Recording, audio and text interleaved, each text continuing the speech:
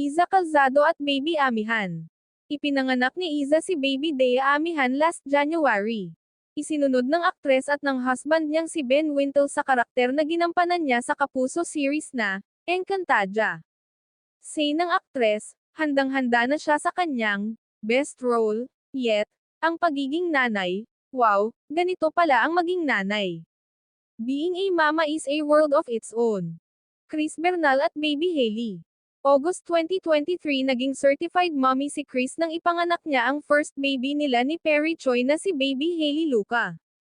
My heart is so full and becoming a mother is the most rewarding and beautiful thing in my life. Thank you, Lord, for giving us a chance to be parents.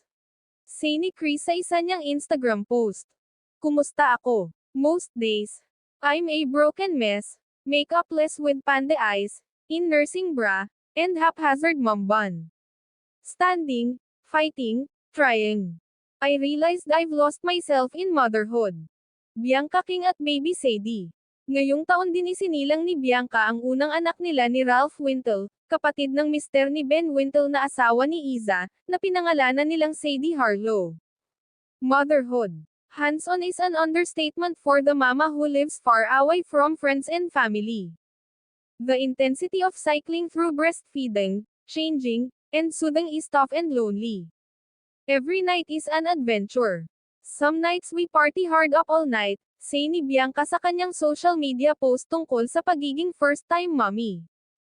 Isabel Doza at Baby Esmeralda Gloria. Tatlo na ang anak ngayon nina Isabel at Adrian Semblat. Ang bunso nilang si Baby Esmeralda Gloria, na isinunod sa pangalan ng nanay ng aktres na si Gloria Diaz, ay ipinanganak last March 23, via cesarean section sa Hong Kong, kung saan nakabase ngayon ang kanilang pamilya. A baby girl born on March 23, 2023, at 23:03, ang caption ng aktres sa kanyang IG photo kasama ang kanyang baby. Lovely Abelia at Baby Liam.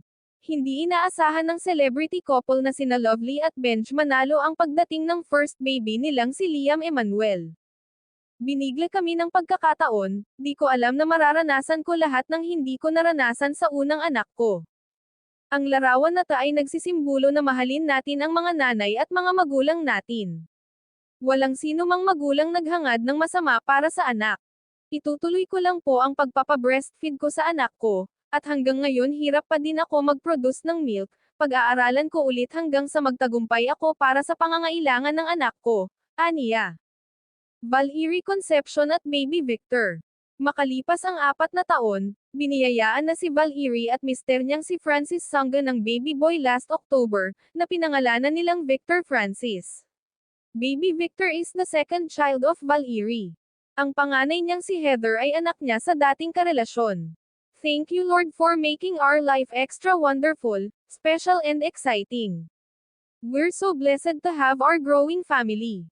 This is the best Mother's Day gift ever, aniya sa isang Instagram post.